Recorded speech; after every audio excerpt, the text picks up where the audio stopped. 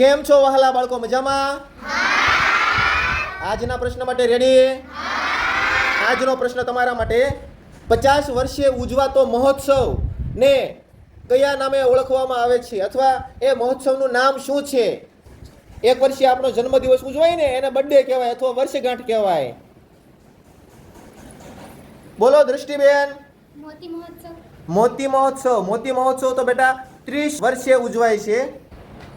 બોલો કેનિલભાઈ. શતક મહોત્સવ. શતક મહોત્સવ તો બેટા 100 વર્ષે ઉજવાય. આપણે 50 વર્ષે ઉજવાય તે બોલવાનો છે. બોલો કૃણાલભાઈ. પચક મહોત્સવ. પચક નો આવે બેટા, સાવ ખોટો જવાબ છે.